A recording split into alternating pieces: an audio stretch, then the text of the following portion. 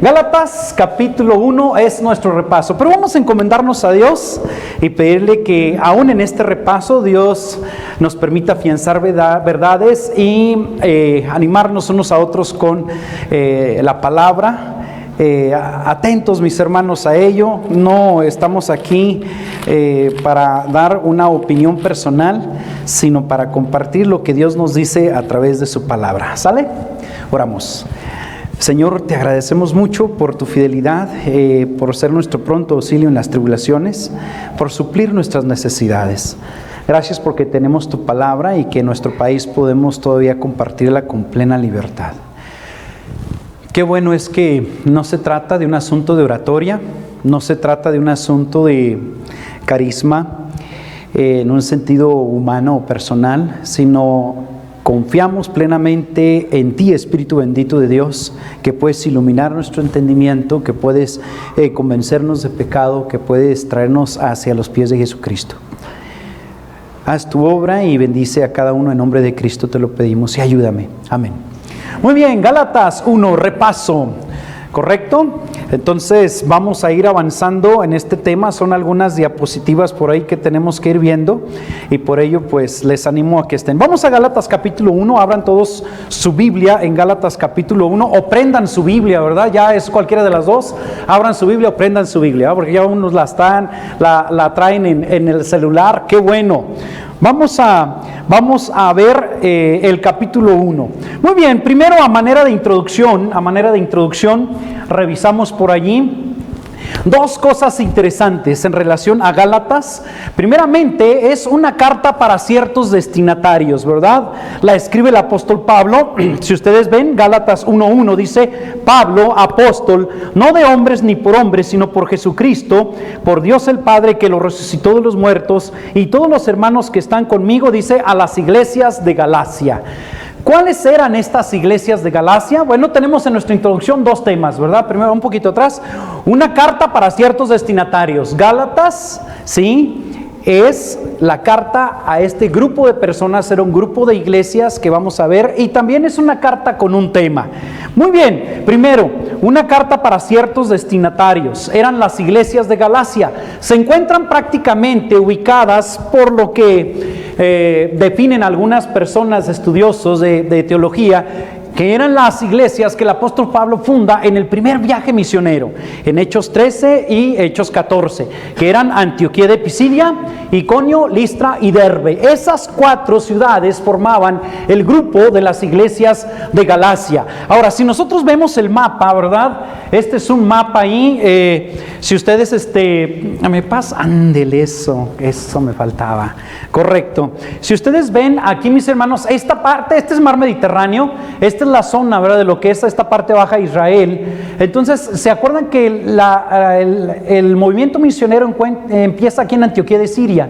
Entonces, en el primer viaje misionero va aquí el apóstol Pablo, y en esta zona de lo que es hoy Turquía, en esta parte estaba precisamente las iglesias de Galacia, Antioquía, Iconio, Listra y Derbe. Eso es para que nos ubiquemos, para las personas que dicen, ay caray, pero pues quién sabe de qué ciudades están hablando. Yo nada más entiendo Nueva York, Chicago, México. No, también hay otras, ¿verdad? En la Biblia hay algunas ciudades que tienen nombres raros, pero inclusive algunas el día de hoy todavía existen, ¿verdad? Ese era el grupo de iglesias a las que les fue enviada esta carta, iglesias que el apóstol Pablo en su primer viaje misionero pues funda.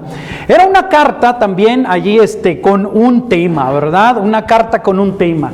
Tenemos algunas cosas interesantes. La epístola a los Gálatas es un libro peligroso. Es peligroso porque expone la sustitución del legalismo por la espiritualidad. Hay millones de cristianos que a veces creemos que somos espirituales porque no hacemos esto o porque no hacemos aquello. ¿Verdad que sí? Hay millones de cristianos que creemos que somos espirituales porque somos seguidores de este o de aquel líder. No, yo sigo a MacArthur. ¿Sí? No, yo sigo no sé, Armando Alduzzi. Muchas veces es así. Y la espiritualidad a veces creemos que depende de a quién seguimos. Hay millones de cristianos que creen que son espirituales porque son miembros de tal agrupación o que son miembros de tal denominación. También se da eso. Pero en Gálatas el Señor nos enseña cuán errados estamos y cómo estaríamos mejor si dejáramos que el Espíritu Santo nos guiara realmente. Entonces, en esta carta el apóstol Pablo coloca 3 cosas bien importantes que son su tema, porque las iglesias que él había fundado estaban con unas complicaciones tremendas. En primer lugar, ¿sí?, uno de los temas de esta carta es que el verdadero evangelio de la justificación por fe, sin las obras de la ley, está siendo defendido en esta carta por algunas personas que son detractores de este evangelio. La carta también tiene el tema de que describe el verdadero evangelio, cuál es su origen, por qué es superior a la ley y cuáles son los efectos de este evangelio en la vida de una persona. Porque miren, el cristianismo, el evangelio no es materia nada más para pensar.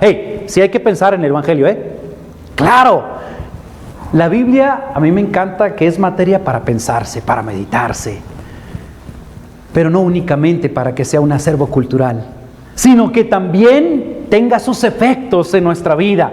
Y es una carta con un tema que expone que el verdadero evangelio trae perdón, el verdadero evangelio trae paz, el verdadero evangelio trae libertad, un nuevo estilo de vida.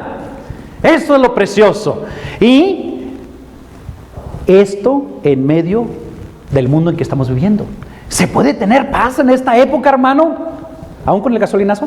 ¿Se puede tener paz? ¿Se puede tener tranquilidad? ¿Se puede tener perdón aún habiendo hecho tantas cosas malas, hermano? Sí. ¿Se puede tener, verdad, un nuevo estilo de vida en este tiempo malo? Sí. Sí, gracias a Dios. Bueno, ese es el tema de la carta. ¿Cómo la bosquejamos? Eso ustedes ya lo sabían, ¿no? Ok, bosquejo. Muy bien. Dividimos así, por allá en aquel tiempo, de esta manera la carta, ¿sí? El verdadero evangelio es nuestro tema general. ¿Cuál es el origen del evangelio?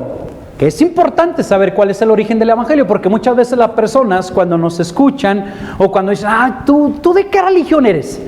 Y consideran muchas veces que todo es cuestión de escoger alguna religión. Pero, ¿cuál es el origen del evangelio? Y aquí el apóstol Pablo, ¿verdad?, da argumentos de su biografía para que se identifique cuál es el origen del evangelio.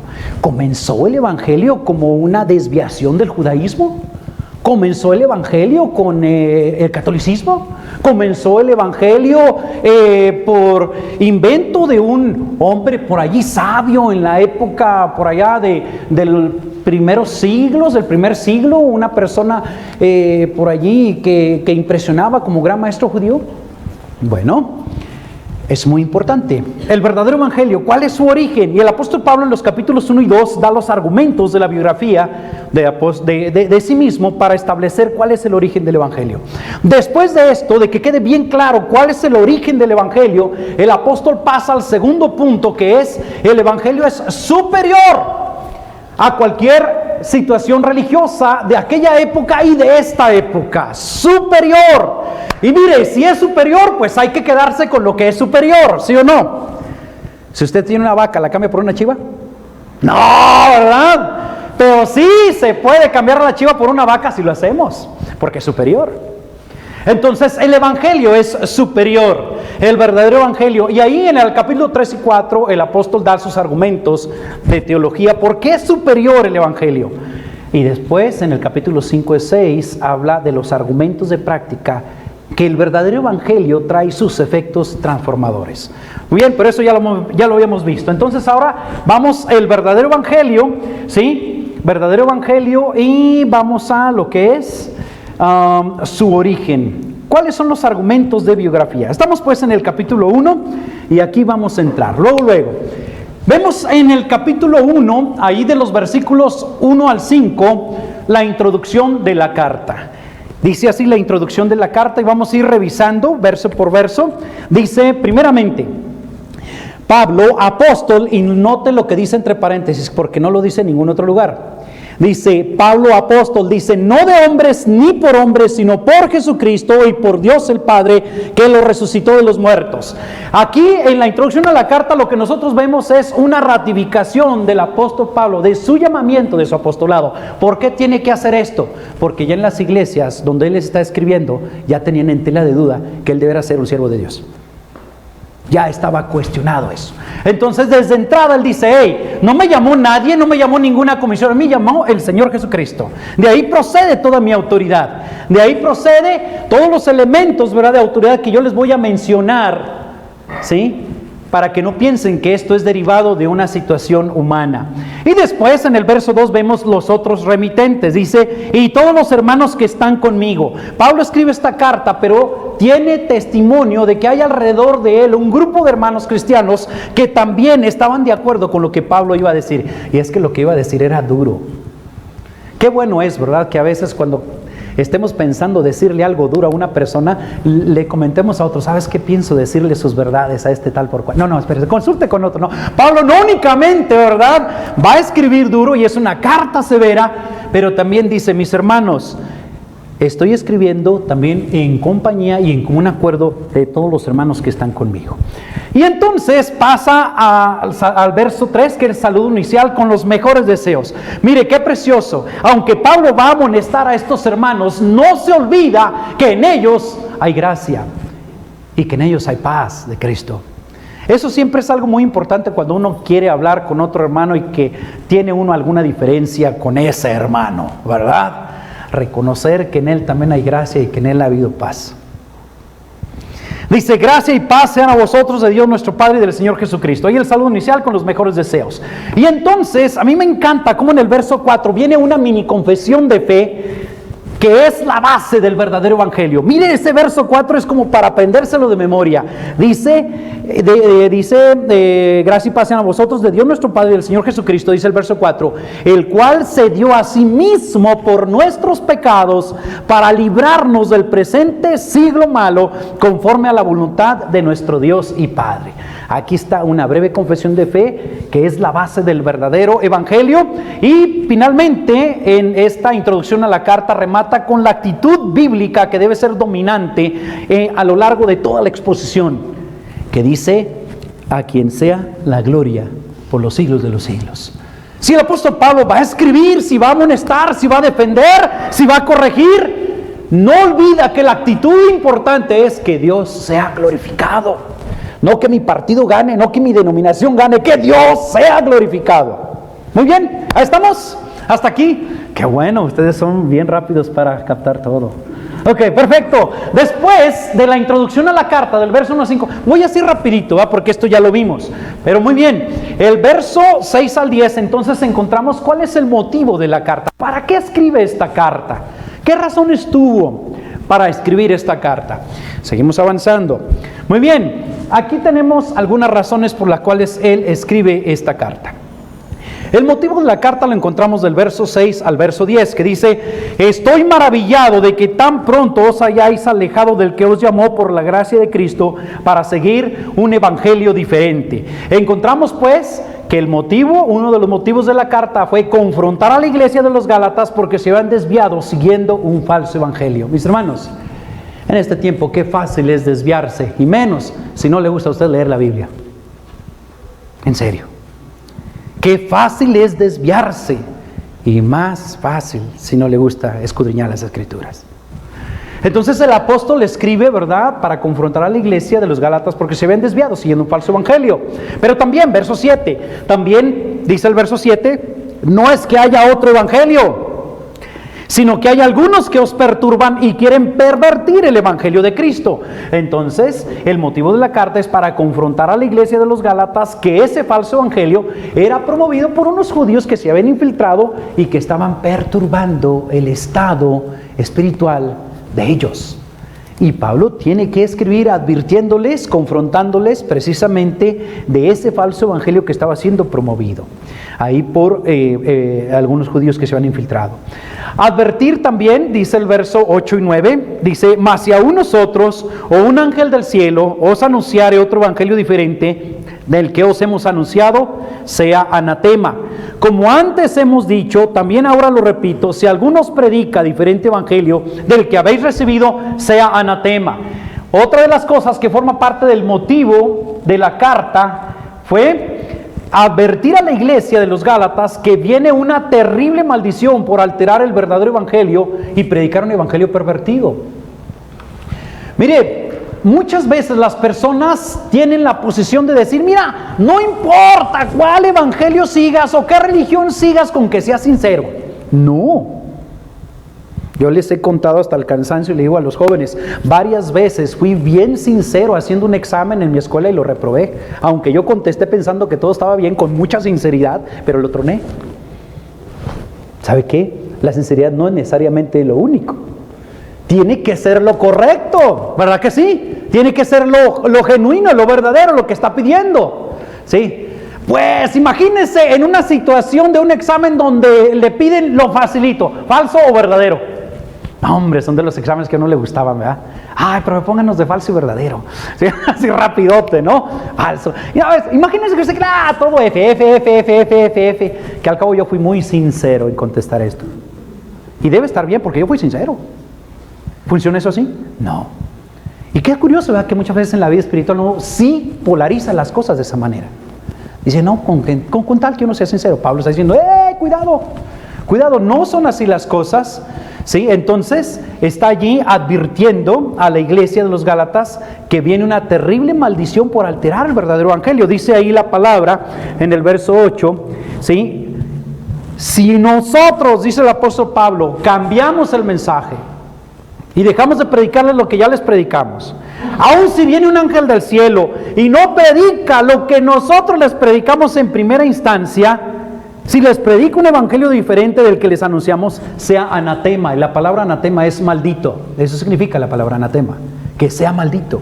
El verso 9 vuelve a recalcarlo, como antes les hemos dicho, también ahora lo vuelvo a repetir. Si alguno predica diferente evangelio del que han recibido, sea maldito, sea anatema. Y entonces en el motivo de la carta, estamos viendo el cuarto punto, es defender el verdadero evangelio y su apostolado. Defender el verdadero evangelio y su apostolado. ¿Por qué dice en el verso 10? Pues busco ahora el favor de los hombres o el de Dios.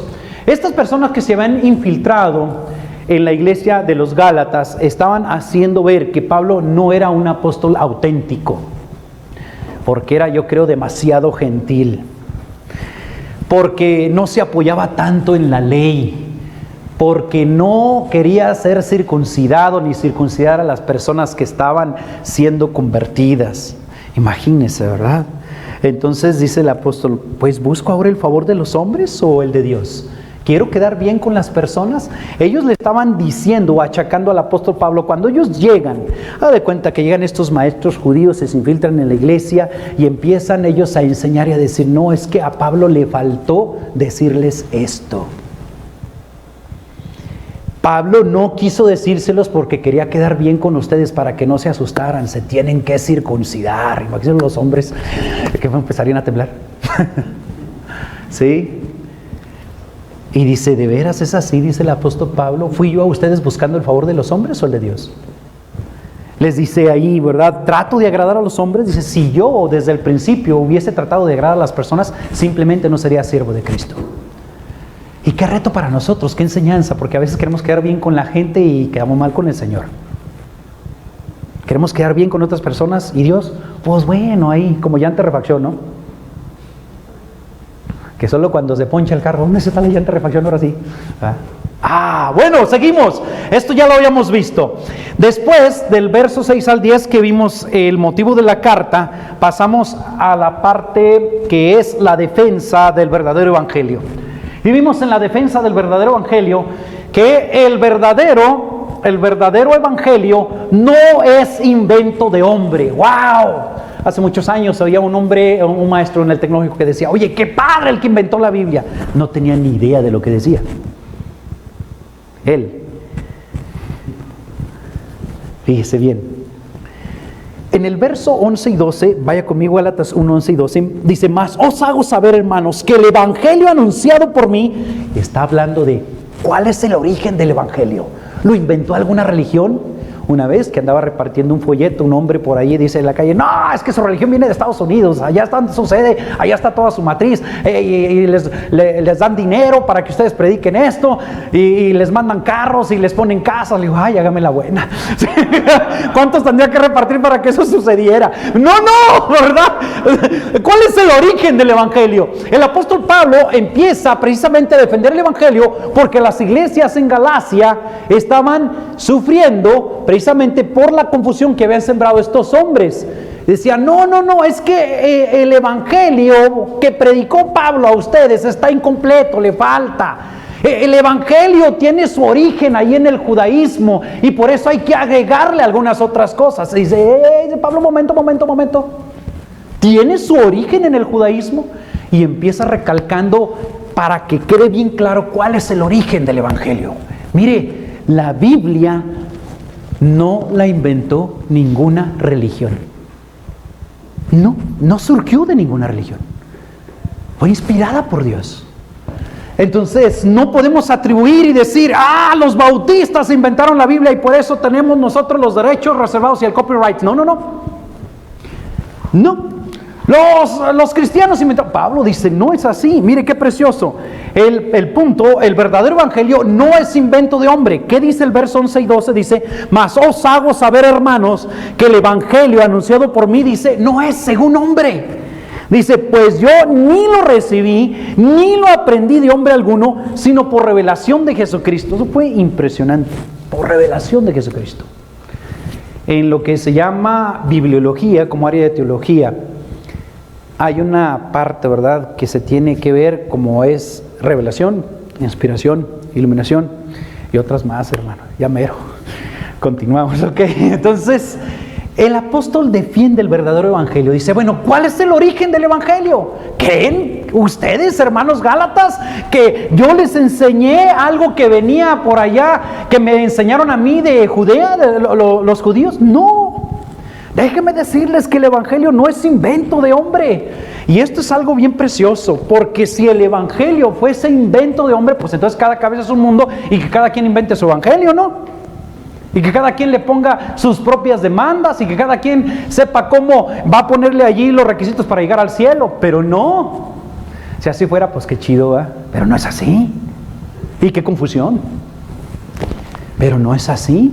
El verdadero evangelio, dice el apóstol Pablo, no es invento de hombres. Dice, el evangelio anunciado por mí no es según hombre, pues yo ni lo recibí ni lo aprendí de hombre alguno, sino por revelación de Jesucristo. Y entonces él, para acentuar que no es invento de hombre, empieza diciendo en el verso 13 y 14, miren, yo ni lo inventé. Si piensan que surgió de mí este evangelio, ni es mío siquiera. Yo se los prediqué, pero ni siquiera tiene su origen en mí. Y cuando uno comparte la palabra de Dios y le dice a una persona, mira, eres pecador, estás separado de Dios, y si no te entregas a Jesucristo vas a estar separado por toda la eternidad. Uno que escucha ese mensaje no puede decir, esa es tu opinión. No es mi opinión, porque el evangelio no surge de mí como persona, no tiene su origen en mí. Pablo dice, no lo inventé yo. Dice, era imposible que surgiera de mí. ¿Por qué dice él que era imposible que surgiera de él? Y empieza a relatar algo de su vida. Si ustedes están pensando, dice el apóstol, que el evangelio me lo inventé yo, no tienen ni idea si ustedes piensan eso. ¿Saben por qué? Porque ahí les va, dice en el verso 13. Porque ya habéis oído acerca de mi conducta en otro tiempo, en el judaísmo, que yo perseguía sobremanera a la iglesia de Dios y la asolaba. Dice el apóstol Pablo, miren, el evangelio no pudo surgir de mí porque yo estaba en contra de los que predicaban el evangelio. El evangelio no podía surgir de mí porque yo perseguía hasta matar a aquellos que predicaban el evangelio. No podía surgir de mí. ¡Wow! Entonces él está diciendo, el evangelio, su origen, lo está defendiendo. Dice, pero no tiene su origen en mí. Aunque soy el gran apóstol Pablo, si quieren para ustedes, dice, pero no surgió en mí. Se perseguía la iglesia de Dios sobremanera y la asolaba. Dice, y en el judaísmo, dice él, y en mi religión, que era el judaísmo, dice él, aventajaba a muchos. O sea, yo era un religioso sobresaliente, una persona que llevaba bien mi religión, pero no era el evangelio. Dice, en el judaísmo yo aventajaba a muchos de mis contemporáneos, dice, siendo mucho más celoso de las tradiciones de mis padres. O sea, Pablo dice, miren, el evangelio que les prediqué no pudo surgir de mí, porque yo tenía, si quieren, otra religión totalmente ajena y hasta perseguía a los que predicaban el evangelio. No pudo surgir de mí. Entonces, el evangelio no es invento de hombre. Tampoco, dice, es invento del apóstol Pedro. Oye, pero Pedro fue uno de los apóstoles del Señor y uno de los que hablaban más. Así como el hermano sabe. Entonces dice, el apóstol Pedro, oye, pero tal vez el apóstol Pedro con él surgió el evangelio. No, mire, porque dice la escritura que dice, en el judaísmo aventajaba a muchos de mis contemporáneos, de mi nación, siendo mucho más celoso de las tradiciones de mis padres. Pero cuando agradó a Dios, que me apartó desde el vientre de mi madre, me llamó por su gracia, revelar a su Hijo en mí para que yo le predicase entre los gentiles, no consulté enseguida con carne y sangre, ni subí a Jerusalén a los que eran apóstoles antes que yo, sino que fui a Arabia y volví de nuevo a Damasco. Después, pasados 3 años, subí a Jerusalén para ver a Pedro y permanecí con él 15 días. Y dice, pero no vi a ningún otro de los apóstoles, sino a Jacobo, el hermano del Señor Jesucristo. Entonces dice, miren, el evangelio no es invento de hombre, ni me lo inventé yo, pero ni lo inventó el apóstol Pedro, porque después de que yo tengo ese encuentro con Jesucristo, y ahí es donde vamos a estacionarnos más adelante, yo vi a Pedro, pero ¿sabe cuánto tiempo lo vi? Les dice a los de Gálatas, nada más lo vi 15 días. ¿Ustedes creen que en 15 días él me iba a dar toda la teología que tiene que ver con la revelación de Jesucristo? Oiga, pues por eso queremos que vengan a los discipulados los domingos en la mañana, hermanos. Y a veces los discipulados duran 3 meses y aún así se siente uno suavecito, ¿verdad, hermano? Despacito. Dice, ¿ustedes creen que en 15 días me va a enseñar esto, Pedro? No, porque el evangelio no tiene su origen en el apóstol Pedro. Ahora, en Santiago, el hermano del Señor Jesucristo, pues no vi a ninguno de los apóstoles. Dice, vi a Jacobo, el hermano del Señor, pero dice, nada más de pasadita, ni siquiera Jacobo, el hermano del Señor Jesucristo, ni siquiera él, de él surgió el evangelio. Entonces, pero ¿qué tal? A lo mejor el evangelio surge de las iglesias cristianas que se habían separado del judaísmo. No, tampoco. ¿Sabe por qué dice el apóstol Pablo? Miren, si creen que Pedro me lo enseñó a mí, no, yo a Pedro nada más lo vi 15 días. A Jacobo lo vi de paso, el hermano del Señor. Y si están pensando que a lo mejor fueron las iglesias de Judea los que me enseñaron el evangelio, y dice, no, fíjese bien, dice el verso 21. Después fui a las regiones de Siria y de Cilicia y no era conocido de vista a las iglesias de Judea. Dice, miren, no era conocido y no era conocido de vista. Las iglesias de Judea habían oído de Pablo, pero no lo conocían en persona. Dice, no era conocido de vista, o sea, no me conocían cara a cara. Dice, no era conocido de vista las iglesias de Judea que eran en Cristo. Solamente oían decir, a aquel que en otro tiempo nos perseguía, ahora predica la fe que en otro tiempo asolaba, y glorificaban a Dios en mí. Entonces, defendiendo el evangelio, el verdadero evangelio, no es originado en el hombre. Pablo dice, ni yo lo inventé, ni Pedro lo inventó, ni me lo enseñó Pedro, ni me lo enseñó Santiago, el hermano del Señor, ni las iglesias de Judea, que eran ya iglesias en el Señor en aquel tiempo, me lo comentaron a mí. Caray, qué interesante, qué bueno, qué hermoso, porque podemos entonces en este tiempo, con toda tranquilidad, si usted se acerca a Dios con todo su corazón, decir, esto no es un asunto de algo de Estados Unidos o algo de alguna otra ciudad, esta es la revelación de Jesucristo. Este es el mensaje de Dios para la humanidad. Este es el mensaje de Dios para ti que estás sentado aquí escuchándome y que no tiene su origen en un ser humano. Es imposible por la naturaleza del evangelio que tuviera su origen en el ser humano. Hermanos, imaginémonos nosotros como somos en nuestra naturaleza humana caída, que tratásemos de inventar cómo podría una persona llegar al cielo.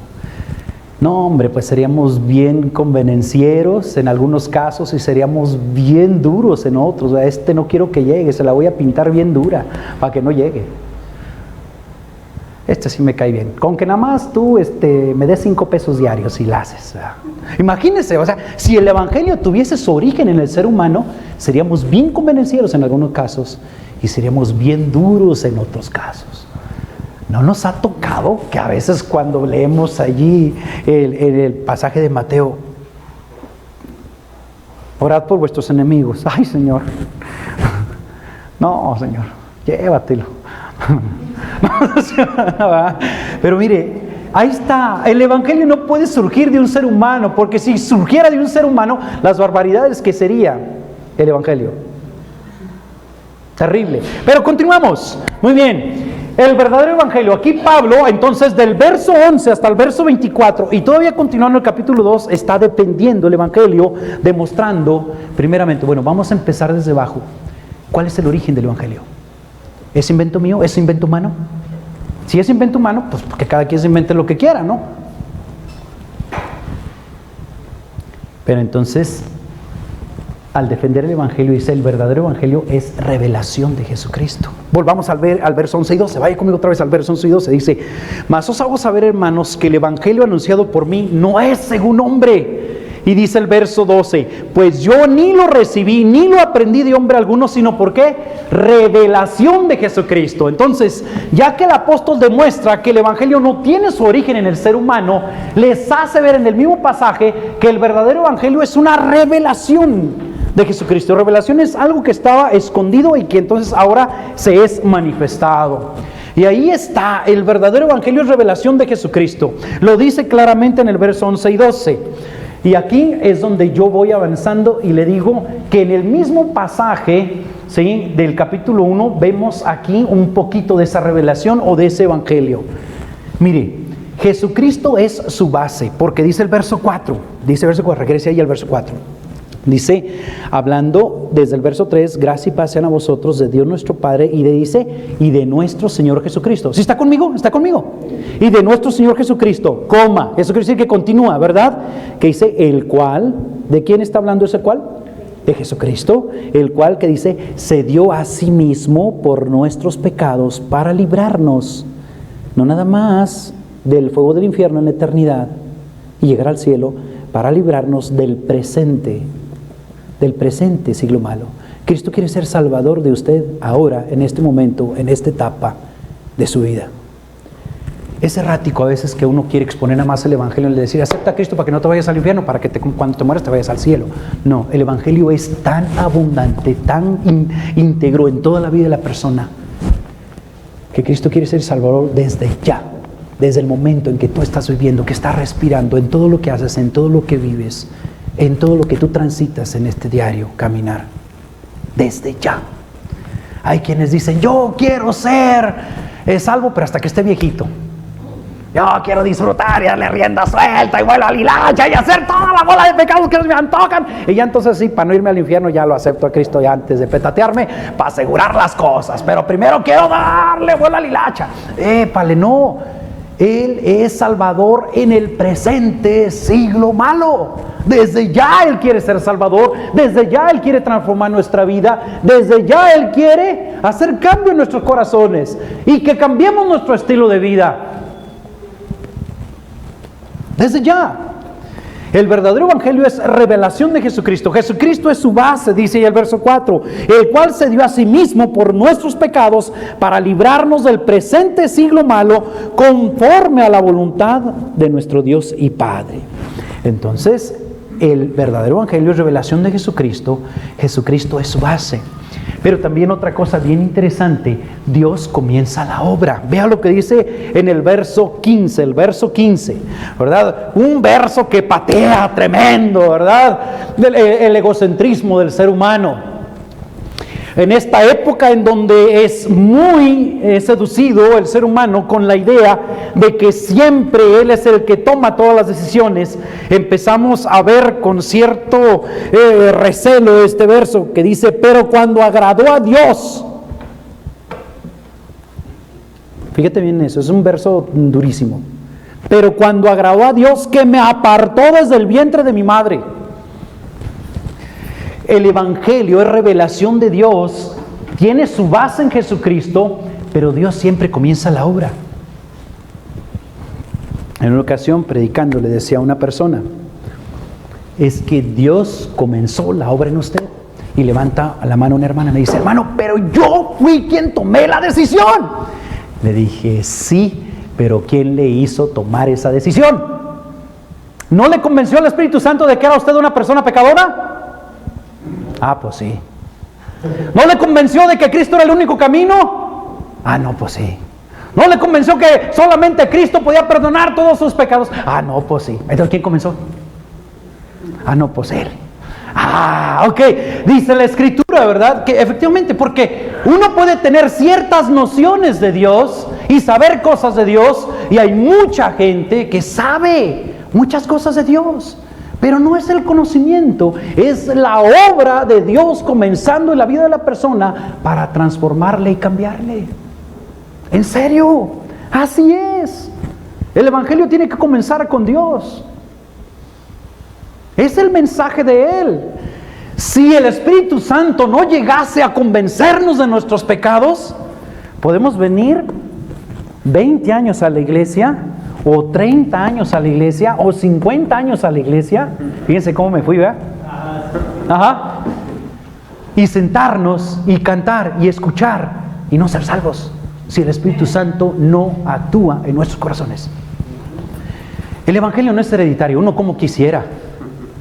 Pues yo tengo hijos. Párate. Fíjese, hermanos, fíjese. Ya me dejó este ingrato. Sí, siéntate, gracias, hijo. A veces él detesta que yo haga eso. Pero ¿sabe qué? Uno que quisiera que el Evangelio uno lo pudiera transmitir en los genes de los hijos. Porque uno ve y dice, ay, hijo, es que yo ya pasé por ahí, hijo. Mira, de cuenta, ¿va? Ahí está el joven cristiano y aquí están los cercos de protección de los mandamientos de Dios, y el pobre joven cristiano ahí está, ay, yo quisiera pasar, pero no me deja ni. Ahí piensa, ¿qué es eso? No, nada que ver. Yo no quisiera a veces que el Evangelio se pudiera transmitir así, por genética, o simplemente porque es mi hijo y que trae mis genes y entonces a fuerzas él tiene que ser cristiano. No. Si Dios no toca el corazón de él, sé que él va a estar perdido. Si Dios no toca tu corazón, sé que va a estar perdido, aunque es mi sobrino. Aquí está mi sobrino. ¿De qué para ahora mi sobrino? No. El Evangelio verdadero es revelación de Cristo a la vida de la persona. Bueno, ¿qué quisiera, hermanos? Que los hijos tomaran decisiones bien por Cristo y por Dios, pero pues nada más puedo orar por ellos y seguirles predicando el Evangelio, porque el Espíritu Santo puede orar ahí en sus corazones. Y Pablo dice, pero cuando agradó a Dios que me apartó desde el vientre de mi madre, y eso es durísimo de entender, pero ahí está en la Escritura, y dejémoslo que así lo diga la Escritura. Ay, a veces tratar de entender estas cosas está bien pesado. Pero ahí lo dice, pero cuando agradó a Dios que me apartó desde el vientre de mi madre, y después dice, comienza con la obra de Dios, pero dice, y Dios llama por su gracia. Mire, yo escuchaba en una ocasión, un día último, allá en la iglesia con mi suegro, que me tocó escuchar el testimonio de un hombre mayor. Y al decir mayor, no quiero ofender a nadie, a lo mejor tenía el hombre 60 años, más de 60 años, ¿sí? Ya de la tercera edad, así para no tener ninguna complicación, ¿sí? Hermano, cámbiese de allí, hermano Guillermo, ya está pegando durísimo ahí el sol. Ok, bueno, hermanos, entonces, este hombre se pone de pie para dar testimonio allí en su iglesia. Le estoy diciendo porque dice que Dios llama por su gracia. Dios comienza la obra y en algún momento Dios llama, y Dios sabe cuándo llama. Pero uno no debe dejar de predicar el Evangelio, porque uno no sabe cuándo Dios va a llamar a la persona. Eso está en su omnisciencia, está en su elección, está en su propósito, pero como uno no sabe eso, pues uno debe predicar el Evangelio. Y aquel hombre se para y comenta su testimonio y dice, tuve el privilegio de nacer en un hogar cristiano. Mi madre era una mujer piadosa que asistía cada domingo al templo, participaba en lo que ella podía, pero yo nunca quise seguir para nada la fe de mi mamá. Yo no sé qué había en mí, pero no me gustaba, no quería, se me hacía aburrido, no me gustaba ir a cantar allí, no me gustaban las oraciones, no me gustaba nada de eso. Y desde muy chico empecé a desviarme. Y mi mamá me decía, hijo, acércate a Dios, hijo, acércate. Y yo rebelde, y nada. Se murió mi mamá.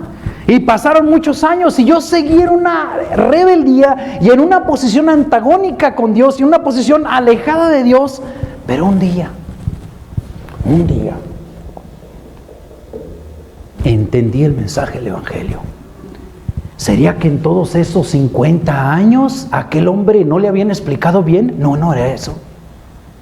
Su madre le había explicado muy bien hasta el cansancio. ¿Será que las veces que fue a la iglesia no le predicaron bien? No, sí, se le había predicado bien y entendía. Pero cuando llegó el tiempo en que Dios le llamó, ahí vino el cambio. Ahí vino el cambio. Ahí vino la transformación. Y a veces me preocupan mis queridos hijos y mis jóvenes y mis sobrinos, porque digo, Señor, pues vienen conmigo desde chiquitos. A este yo lo traía así chiquito y tocaba la guitarra aquí al lado conmigo. Aquel también 2 o 3 veces lo vi así, chiquito. No tocaba la guitarra, él hacía otras cosas. Sí. Pero que solamente Dios llama, mire lo que dice, mire lo que dice Gálatas. Y ya tengo que terminar.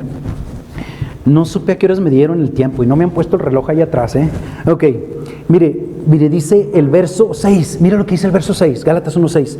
Estoy maravillado de que tan pronto os hayáis alejados del que os llamó por su gracia. Vea esa frase, que os llamó por su gracia. ¡Wow! Si el Espíritu Santo no te convence de pecado, nada te va a convencer de pecado. Si el Espíritu Santo no te dice que solo Jesús es el único medio de salvación, no le vas a conocer como Salvador en tu vida personal. Y mire, dice el verso 15, pero cuando agradó a Dios que me apartó desde el vientre de mi madre y me llamó por su gracia. ¿Cómo es posible que una persona que es antagónica, que detesta el Evangelio, que odia el cristianismo, que no quiere nada con Dios, de repente sí quiera? Es imposible a menos que Dios haya llamado, a menos que el Espíritu Santo le haya convencido de pecado.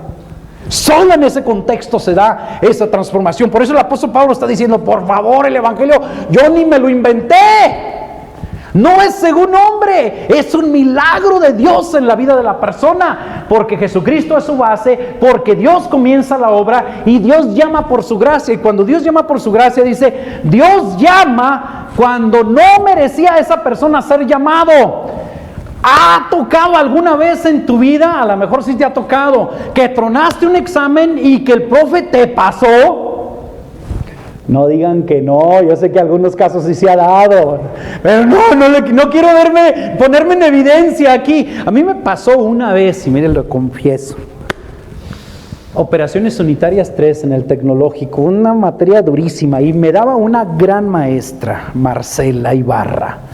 No podía quejarme de ella porque enseñaba bien, pero también hacía los exámenes bien. Híjole. Entonces, nos pasa un examen. Dice, aquí está el examen final. ¿Sí? Llévenselo a su casa. Era un problema, solamente un problema, con 4 incisos. Lléveselo a su casa, tráigalo mañana a la misma hora. Así, Vean lo que quieran, agarren los libros que quieran, pero a mí me traen el examen contestado mañana. Pues ahí voy. Y yo sabía cómo era ella y me pongo. Y ahí estoy, y horas. Mamá, Samuel, vete a comer. Ya voy. Samuel, vete a comer. Cabezón, que te ahí voy. Y regresaba. Amanecí haciendo ese examen. Y ¿sabe qué? De los 4 incisos, solo pude hacer bien 2. El tercero tenía muchísimas dudas. Y el cuarto no lo hice. Pues voy. Y entro, y la cosa es que era ir a su cubículo a entregárselo. Agarró el examen y llegó ahí al cubículo. Maestro, aquí está. ¿Qué? ¿Listo, Samuel? ¿Todo bien? Pues ahí está el examen, maestro. Ándale pues. Pasa la semana y todos nos vamos al salón de clase, nos iba a entregar resultados y era un examen clave, pero yo tenía que pasar ese examen para pasar el semestre con ella. Ay, yo andaba así. Ay, y no quería repetir operaciones unitarias 3 con ella otra vez. Y iba a retrasarme casi todo un año. Y le entregan a uno y le entregan a otros resultados y resulta que a mí no me entregan. Bueno, maestra, a mí no me entregó. Dice, no te entregué. Dice, así me lo entregaste. Voy a decir, maestra, yo sí se lo entregué. Yo sí se lo di. Yo sí se lo di. Y entonces se queda pensativa y se me queda viendo. Dice, Samuel, me da mucha pena, pero perdí tu examen. No, vea la pregunta que viene. ¿Cuántos incisos resolviste? Yo sabía que tenía que haber resuelto 3 para pasar. Híjole. Le dije, maestra, resolví 2 que sí sé que estaban bien, pero con 2 tronaba de todos modos. El tercer inciso no estaba seguro, pero el cuarto no lo hice. Ok. Bueno, tienes un 75, vete. Ay, ay, ay. Esa calificación yo no la merecía. Fue un favor inmerecido. La salvación es un favor inmerecido. Y solamente cuando Dios llama, como a mí me habló la maestra, ven para acá. ¿Cómo está tu situación? Pues estuvo así. Ok, pasas, 75, puedes retirarte. Yo no me fui, llegué a la casa diciendo, mamá, tienes un genio de hijo. Sí, pasé operaciones, si vieron los que reprobaron, mamá. No. Y una vez como es así de soberbia, ¿verdad? Y la salvación es un favor que Dios te hace sin merecer. Porque pecadores, separados de Dios, enemigos de Él. Mira, Jesucristo es su base, Dios comienza la obra, Dios llama por su gracia y Dios revela a Jesucristo personalmente, porque dice allí, pero cuando agradó a Dios que me apartó desde el vientre de mi madre y me llamó por su gracia, dice, revelar a su Hijo en mí. Ninguna persona entiende verdaderamente quién es Jesucristo hasta que acepta a Cristo como Salvador. Pero es hasta que el Espíritu Santo le revela quién es Jesús. Lo puede tener como un gran hombre en la historia, lo puede tener como la persona que divide el antes de Cristo y el después de Cristo en el calendario. Lo puede tener como un gran maestro de filosofía o un gran maestro que fundó una religión. Pero cuando Dios te llama, cuando Dios te llama por su gracia, en el momento que Él quiere y te revela quién es Jesús, ya Jesús deja de ser un punto en la historia, llega a ser tu Salvador. Llega a ser el que camina contigo, llega a ser el inquilino allá dentro de tu corazón, llega a ser la persona que te guarda, te cuida, a quien te encomiendas, en quien depositas toda la fe y toda la confianza. Y entonces Jesucristo es revelado de una manera diferente, no nada más como una persona en la historia. El Evangelio verdadero no es invento de hombre, es revelación de Jesucristo. Dios revela a Jesucristo personalmente, dice ahí, revelar a su Hijo en mí. Y entonces también dice, y Dios allí me dio el Evangelio para predicarles, dice, Dios le comisiona, porque dice, revelar a su Hijo en mí, dice el verso 16, para que yo le predicase entre los gentiles, se dice, y no consulté enseguida con carne y sangre. El Evangelio no me lo dio nadie, Dios me lo dio a mí, camino a Damasco, cuando me arrepentí de mis pecados. Cuando ante aquella luz impresionante caí de rodillas, dije, Señor, ¿quién eres? Yo soy Jesús a quien tú persigues. Dura cosa, te es estar dando patadas ahí contra un aguijón. ¿Qué quieres que yo haga? Levántate y entra en las ciudades y te dirá lo que debes de hacer. ¡Wow! Y de aquello que tanto había odiado, solamente tuvo que venir la intervención de la revelación de Jesucristo para que entonces amara tanto aquello que había odiado y que estuviera dispuesto a compartirlo, a predicarlo. Y solo Dios puede hacer eso en la vida de la persona. Solo Dios puede cambiar tu vida, solo Dios puede transformar tu alma, solo Dios puede hacer que aquellas cosas que antes eran dificilísimas de alcanzar a lograr, por medio de su Espíritu Santo, puedan entonces ser una realidad. Solamente a través de Jesucristo y de su revelación en la vida de la persona hay transformación, hay lo que es perdón, hay convicción de pecado, hay ese sentimiento de me siento mal porque hice mal contra mi Señor. Oye, decía un amigo, oye, en un sentido antes de conocer a Cristo yo estaba bien a gusto, no me calaba nada, yo decía maldiciones y malas palabras y como si nada, yo robaba y hasta decía que me lo hice tonto, qué chido, ¿va? Y ahora ya me duele eso, no me siento bien. ¿Qué pasó? Ah, sí, entonces yo creo que sí. Terminamos. El capítulo 1 prácticamente es eso. defensa del verdadero evangelio, les dice, miren, no es según hombre, es revelación de Jesucristo. Concluimos de esta manera: si el origen del evangelio es humano, pues entonces cualquier religión es buena. ¿Sí, no? Si el origen del evangelio es humano, si el evangelio comenzó, pues cualquier religión es buena. El islam, el budismo, el ateísmo. El ateísmo no cree en Dios, sí, pero creen en eso, no en Dios. No creen en nada, y creer en nada de todos modos es algo, es un tipo de religión. Santería, brujería, hinduismo, catolicismo, mormonismo, testigos de Jehová, bautistas, presbiterianos, pentecostales, etcétera. O sea, si el origen del evangelio es humano, entonces cualquier religión es buena. Simplemente escoja según sus gustos o sus conveniencias. Si el origen del evangelio es así, pues escoja lo que mejor. Yo voy a escoger una en que no vengan el domingo para irme a ver Chivas América sin ningún problema, la verdad. Sí, si es de origen humano, pues vamos haciéndolo así. Pero, si el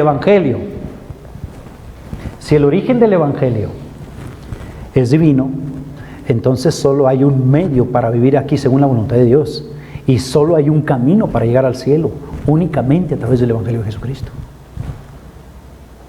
De eso se trata Gálatas. A mí me asombra porque específicamente en la vida del apóstol Pablo era imposible que surgiera de él el origen, o que surgiera de él el cristianismo, porque él tenía una posición muy antagónica, hostil contra el evangelio. Le caían gordos los que predicaban el evangelio, los encarcelaba a aquellos que predicaban el evangelio, y cuando daban su voto para matarlos a pedradas a los que predicaban el evangelio, como fue en el caso de Esteban, él daba su voto. Yo voto porque lo apedreen, porque lo maten, para que no siga predicando eso. ¿Cómo puede sufrir una persona una transformación de esa manera, al punto que después hasta está predicando aquello que tanto odiaba? Solamente la intervención de Dios en la vida de la persona. Aquí tengo un libro que me gusta mucho, La evidencia que exige un veredicto. Y una de las cosas que viene como parte del tercer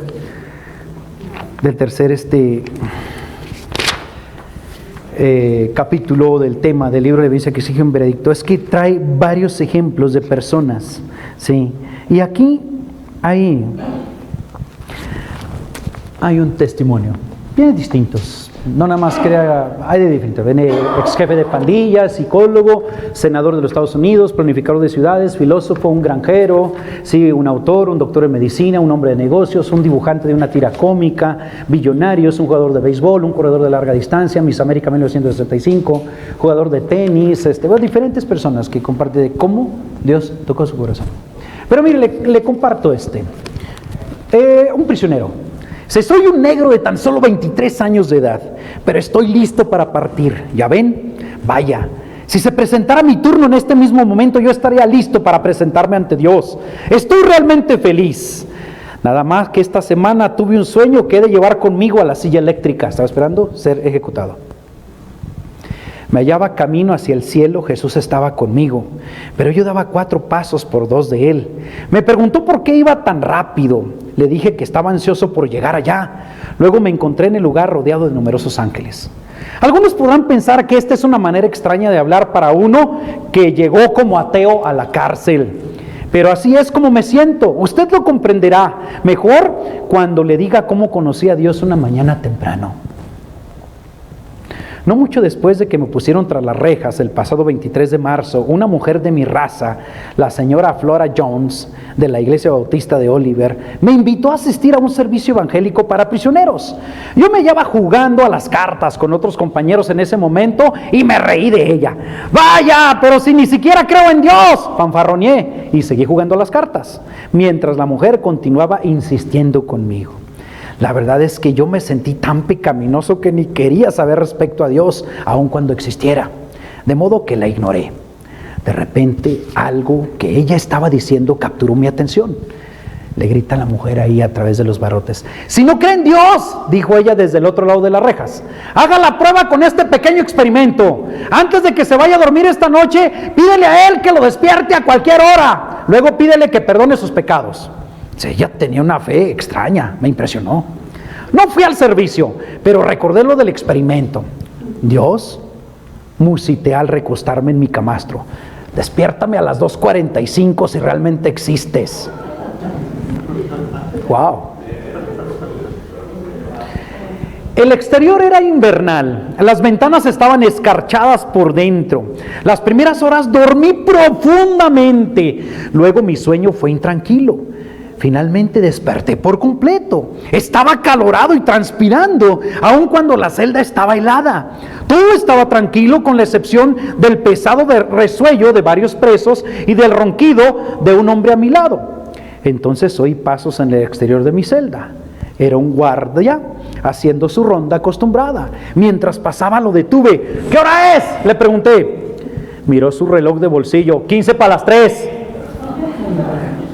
Y luego le dice, ¿eso es lo mismo que las 2:45, no es cierto?